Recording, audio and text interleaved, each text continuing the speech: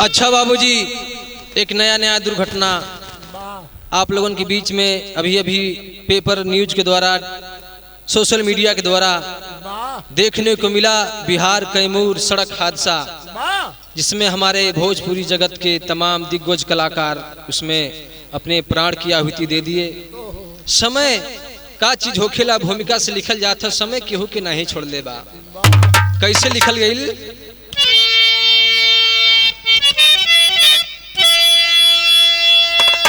समय के शिकंजे में फंस कर के मानव, समय ने किसी को भी छोड़ा नहीं है। समय में फंसे मानव दानव है सब ही, समय काल बने आया रोड़ा यही है। समय आने पर हो निहन हो निहोती, समय पर होता बेता का कोड़ा यही है। समय आ गई रुकी गई जब कलम, कभी श्री राम मन सबका तोड़ा यही है।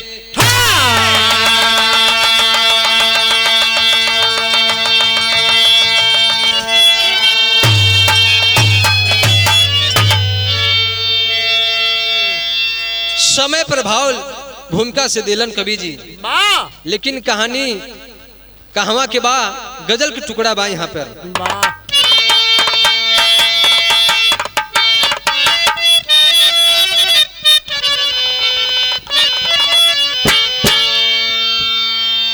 अरे दिल लेके जा रहे हो, दिल लेके जा रहे हो, कैसे जिएंगे हम।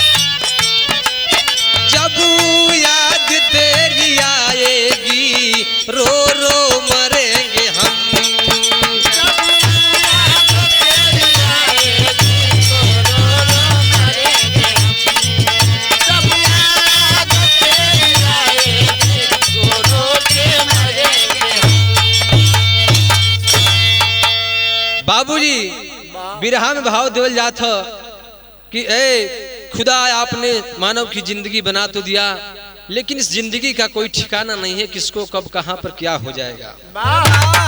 क्या शिकायत है? आए परवरदिगार आलम,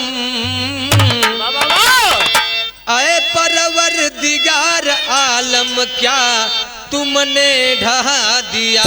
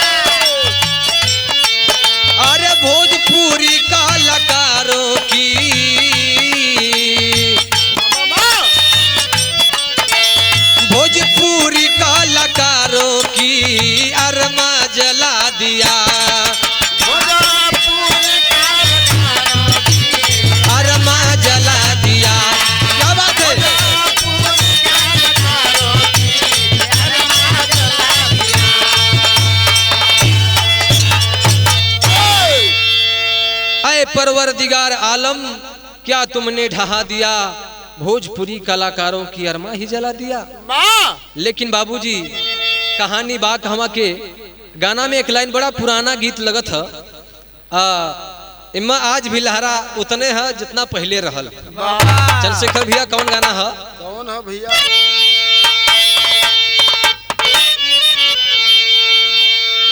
तनी से बढ़ाई के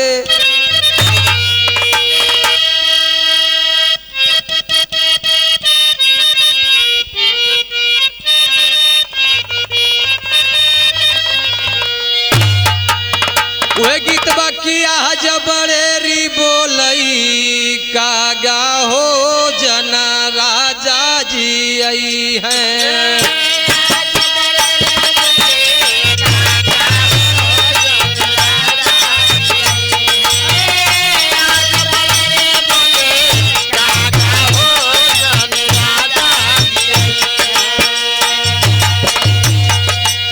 कौनो दुल्ही अपने पिया के आस में बड़ेर पर देखत बा कौआ बोलत हो चंद्रशेखर भैया, ओके बुझाए का बुझाए? आज बड़ेरी बोलई कागा हो जना राजा जी आई है।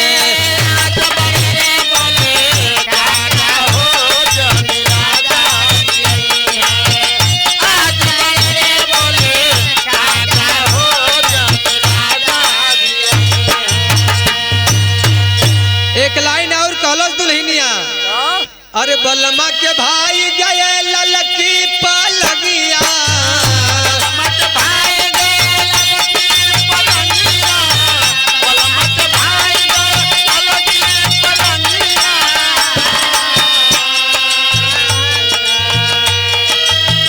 उन्हीं से मोर मन लगा हो जना राजा जी आई है।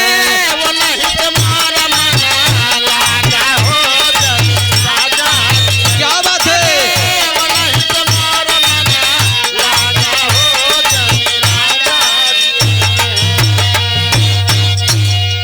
लेकिन बाबू हो कहानी बा कहवा के लिखल जात का लिखल गई, अरे बिहार कैमूर के घटनवा हो, अरे बिहार कैमूर के घटनवा हो, सुन के फाटल हियरावा।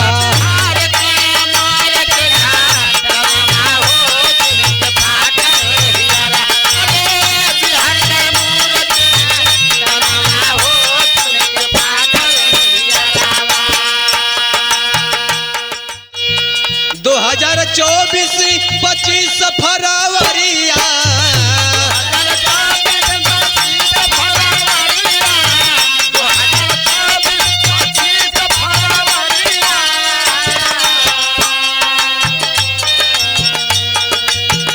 आयरे समैया रहल साझ के पहरिया,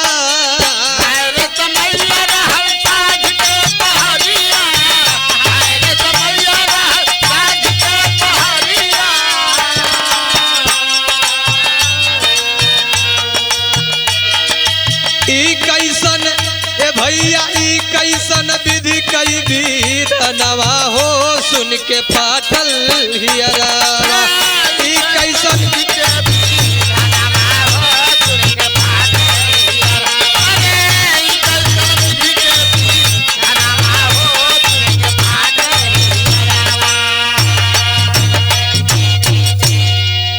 बाबूजी बिहार के कैमूर में 25 फरवरी दिन रविवार को शाम में मोहनिया थाना क्षेत्र के देवकली गांव में एक ऐसी घटना घटी जो कि ऐसा नहीं होना चाहिए था, लेकिन बड़ी ही दर्दनाक हादसा देखने को मिला। बाबूजी बक्सर के कमहरिया के रहने वाले प्रकाश राय जी अपनी निजी स्कॉर्पियो में कुछ भोजपुरी के दिग्गज कलाकारों को लेकर के चल देते हैं, जिसमें हमारे भोजपुरी जगत के फिल्मी अभिनेता के रूप में एवं एल्बम कलाकार के रूप में छोटू पांडे जी और कलाकारा सिमरन श्रीवास्तव जी, गीतकार सत्य प्रकाश मिश्रा जो कि कानपुर के रहने वाले हैं, और महाराष्ट्र से एक अच्छी कलाकारा अंचल तिवारी जी जिनका वर्तमान में बनारस में ही रहन सहन रहल है, और एक बक्सर से कलाकार, और उसमें गाड़ी में कुछ 8 लोग बैठे रहलन, बाकी अज्ञात लोग में अभी नाम मीडिया के सामने नहीं आयल बा। आप लोगों के सामने बहुत ही जल्दी सोशल मीडिया के द्वारा सुने के और देखे के मिल जाई। यानी कि बड़ी मस्ती में कलाकार लोग, छोटू पांडे के साथ में जितनी लोग बा सब लोग झूमत के जात बा, खुशी में जात बा। बनारस में एक तिलक समारोह में कार्यक्रम देवे के बा। ए बाबू क्यों जानत नहीं है कि आगे होखे वाला का है, लेकिन यहाँ पे तनिक एगो गाना समर सिंह वाली लग गई भैया। कैसे?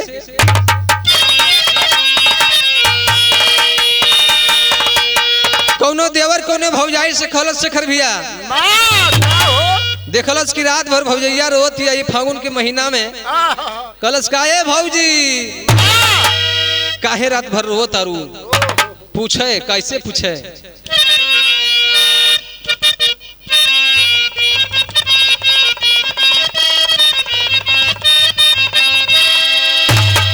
कहता कि ए भौजी रोवत रोवत भीज गइल बाटे, रोवत रोवत भीज गइल बा असिया से हई तकिया, रोवत रोवत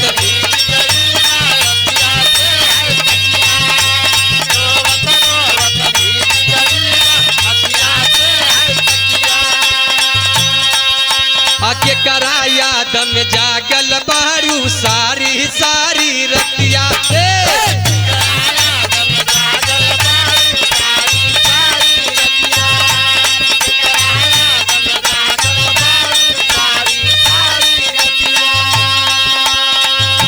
रोवत रोवत भीज गइल बा असिया से हई तकिया, के करा याद में जागल बारू सारी सारी रतिया। तो भौजैया कहलस के देवरू सुनो काहे बदे रोवतानी? जाके परदेसवा नाही लागत होई मनवा से मोर रोवत होई है ना, कि जब ऊ सोवत होई है ना, बलम मोर कोरा के सुतवैया, कि राजा मोर कोरा के सुतवैया, कि रात भर रोवत होई है ना, बलम मोर कोरा के सुतवैया।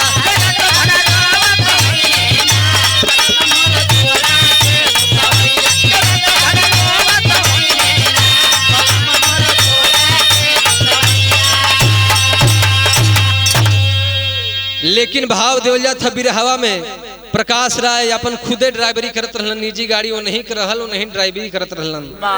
तब लिखल जात कि प्रकाश राय जी करत रहले खुद ही ड्राइवरिया। ए हो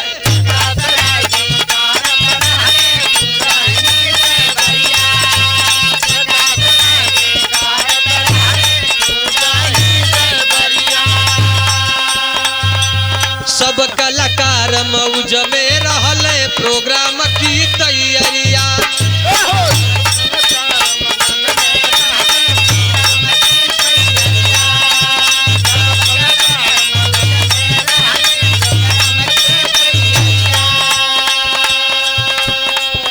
कोई नहीं जानत रहले कोई हो नहरिया, ए भैया होई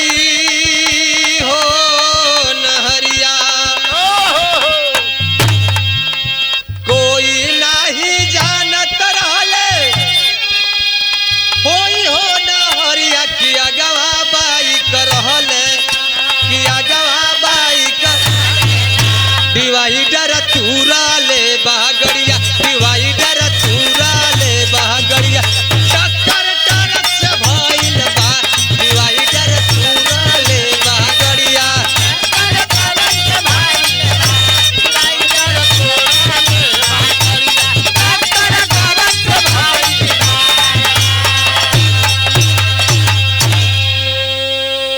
मौज मस्ती के साथ गाड़ी बढ़त बा, आगे जात बा। ए बाबू लेकिन देखबा केहू नहीं जाना था कि आगे होखे वाला का है। अपने रफ्तार में जात बा स्कॉर्पियो, आगे एक धीमी गति से जाए वाला मोटरसाइकिल जात बा, वो बाइक वाला के बचावे में स्कॉर्पियो कंट्रोल ना होके पौलस और बाइक के चपेट में लेते हुए डिवाइडर को तोड़ते हुए दूसरी लेन में गाड़ी चली जाती है। और जैसे ही दूसरी लेन में गाड़ी गई, डिवाइडर को तोड़ते हुए आगे से एक ट्रक आ रही थी और ट्रक के चपेट में आ गई स्कॉर्पियो। ए बाबू, जैसे ही ट्रक के चपेट में आई स्कॉर्पियो, कई पलटनियां खेलने के बाद आग लग गई। आग लगने के बाद वहां का हालत देखे लाग एकदम नहीं रहल। मंजर बहुत ही भयानक हो चुका था। वहां पर कवि जी टेडी के भाव में लिखलन कि वहां का स्थिति देखने के बाद काम महसूस होखत रहे।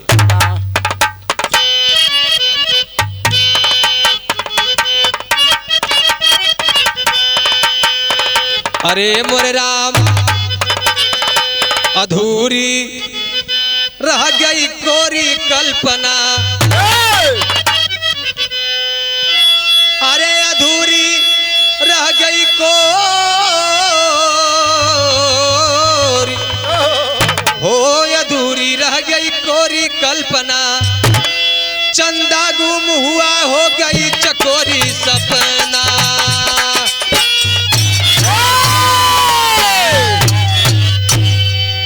चंदा गुम हुआ हो गई चकोरी सपना, अधूरी रह गई कोरी कल्पना। अरे वाह!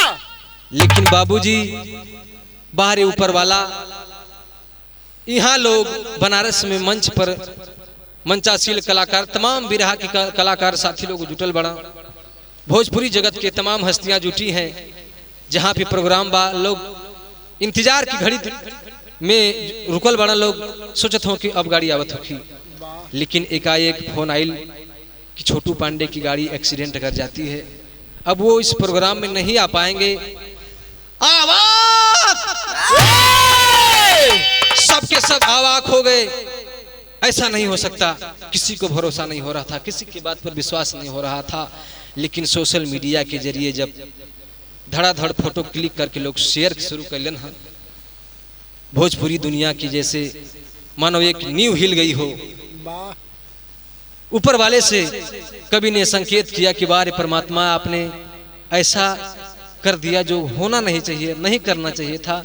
आपसे शिकायत है, ऊपर वाले से शिकायत बा। कौन शिकायत बा?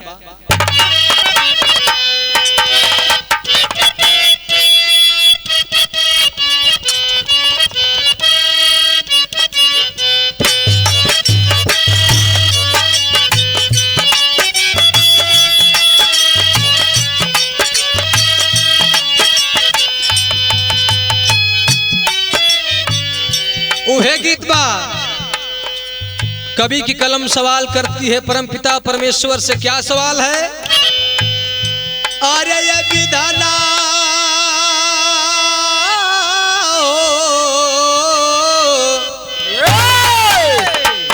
अरे ये विधाना फेर लिहाला नवो से नायनवा। एक बाइक वाला 8 लोग गाड़ी में रहलन, कुल 9 लोगों की अचानक मौत हुई। तो कवि की कलम सवाल करती है, क्या? अरे ये विधाना फेर लिहाला नवो से नायनवा, परनवा अलहरे गयल ये हरी।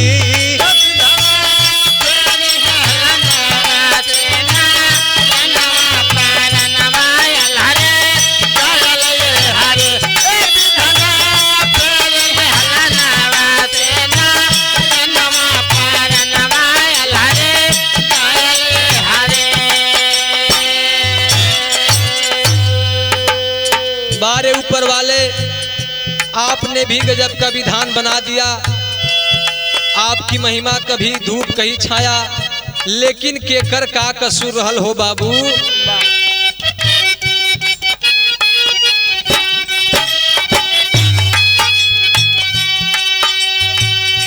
तरहली के कर कवन कसुरवा,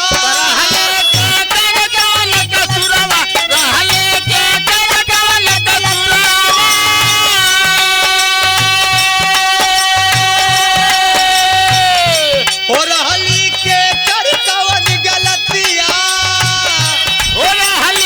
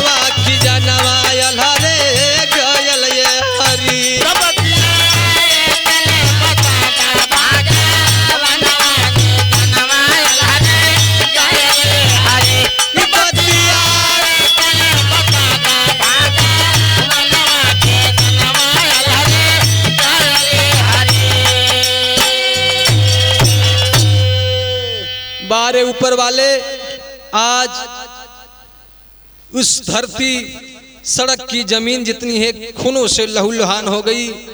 आग लगी है गाड़ी में, धू धू करके गाड़ी जल रही है, टुकड़े टुकड़े पार्ट हो चुके हैं उस गाड़ी के। लेकिन बाबू हो, तमाम परिजन के लोग, आसपास के गांव घर के लोग मिल करके सहायता में जुटलन, लोग निकालत हों, लाश के निकालें। प्रशासन के खबर हुई, प्रशासन वाले अलन, तत्काल मीडिया के लोग अलन वहाँ पे। लेकिन वहाँ का मंजर कैसन बा, लोगन का हालत कैसन बा, लोगन के निकाल जात बा, कैसे निकाल जाता।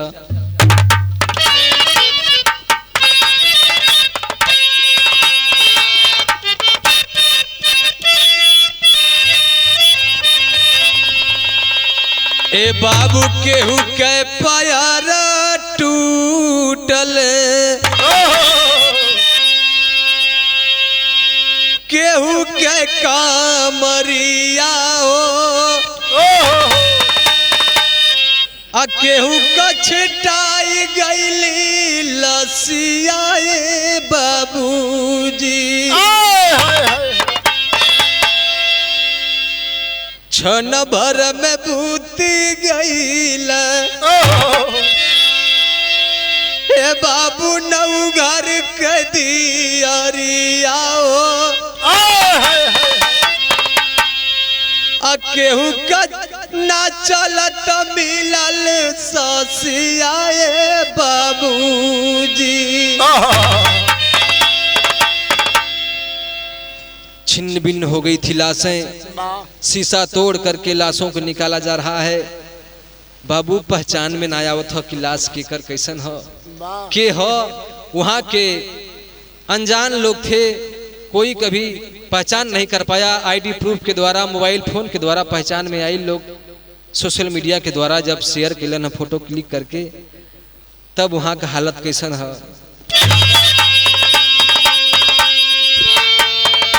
गाँव घर के लोग मिल के ए बाबू लसिया निकाल लगल, ए पंचो के हुसरो का तो नहीं खियासिया बाबूजी। बारी बारी पहुँचे लागल घर पर खबरिया हो, अब भोजपुरी इंडस्ट्रीज में उदसिया बाबूजी।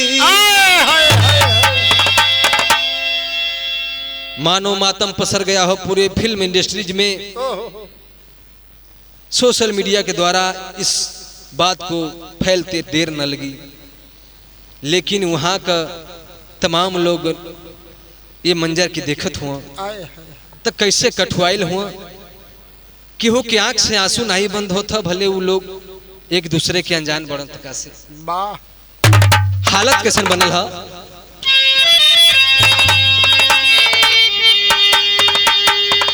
हाय राम के जैसे मघ बदरिया में, अरे गैया कठुआइली पंचो,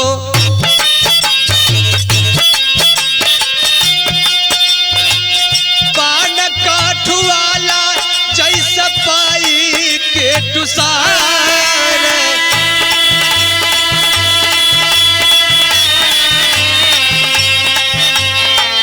वैसे कठुआइले जैसे, वैसे कठुआइले जे जे राले पजरवा भैया।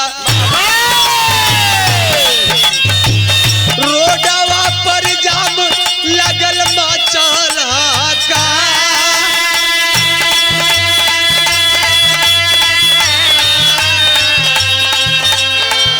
पुलिस प्रशासन जुटल मौके पर मीडिया वाले, कैमूर के डीएम रहल सावन कुमार।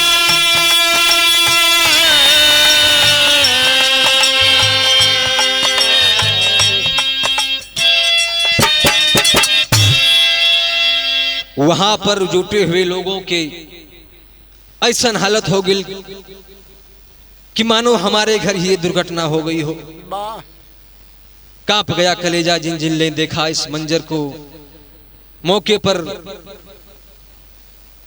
पुलिस प्रशासन के साथ मीडिया वाले और कैमूर के डीएम साहब सावन कुमार जी वहां पर जुटे और सीएम नीतीश कुमार जी भी अपने ट्विटर के द्वारा शोक व्यक्त किए। लेकिन लाश के पोस्टमार्टम बदे जब भेजल गई तब सबसे पहले हमें खबर अगर मिलल तब भोजपुरी के स्टार कहे जाने वाले समर सिंह यादव के आईडी पर हमने गया। इंस्टाग्राम आईडी पर उन्होंने बात को लिखा, इस अपने टाइपिंग के द्वारा अपने लिख करके उन्होंने मैसेज के द्वारा अपने श्रोताओं को और पूरे भोजपुरी समाज के लोगों को इस बात की जानकारी दी। देख करके दिल द्रवित हो गया। आखिरकार इस कहानी को गाने के रूप में मुझे लिखना पड़ा, लेकिन लिखल जा था का लिखल गई।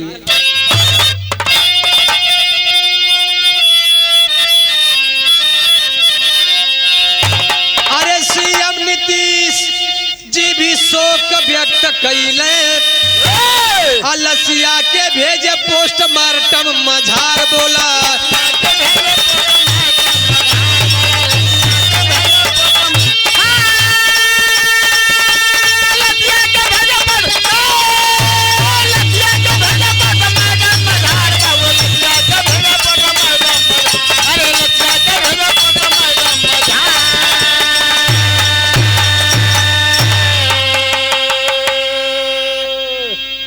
लाश को इकट्ठा करके लोगों ने पोस्टमार्टम के लिए भेज दिया गया। तो ऐसा दुर्घटना मानो कि हमारे पूरी भोजपुरी इंडस्ट्रीज को झकझोर के रख दिया हो। एक उगता हुआ सूरज हमारे भोजपुरी इंडस्ट्रीज से चला गया। आखिरी भाव में लिखल जाता।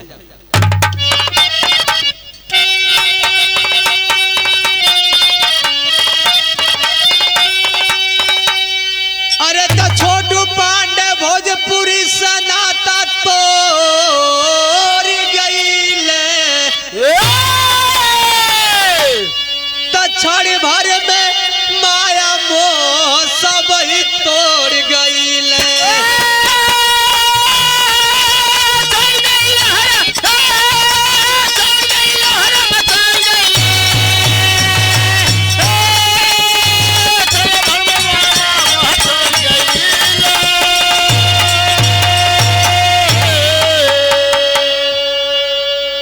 शोक में समाइल जैसे भोजपुरी इंडस्ट्रीज हो। मानो पूरे संसार में अंधेरा छा गया हो, ऐसा प्रतीत हो रहा था। जिन लोगों ने इस बात को सुना, इस बात को जाना, तब लिखल गई।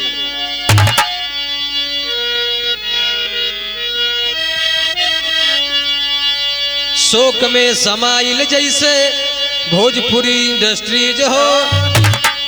अरे विधि का विधान नहीं हो लाल कीज हो।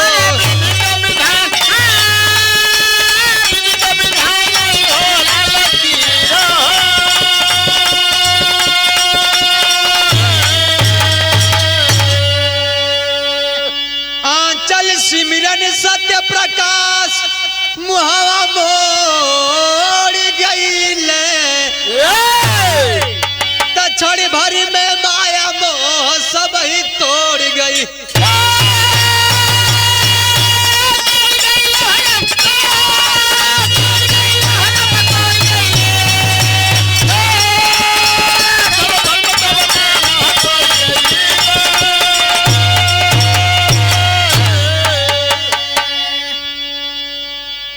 तो बाबूजी, ये रहा हमारे भोजपुरी के 8 इस दुनिया से विदा हुए कलाकारों को सच्ची श्रद्धांजलि। और ये श्रद्धांजलि गीत के रूप में एक छोटा सा गीत, और हम अपने पूरे टीम के तरफ से और RS recording studio Kharwan Ghorawal Sonbhadra के सौजन्य से पूरी पार्टी की तरफ से हम उस मृतक आत्मा को शांति के लिए उस परम पिता परमात्मा से अपील करते हैं। तो आखिरी भाव दिया गया, मोहाल्यासी हरिवंश जी स्वर्ग विदेशी लाल, राजेंद्र श्री राम बलि पाए गुरु का यकबाल।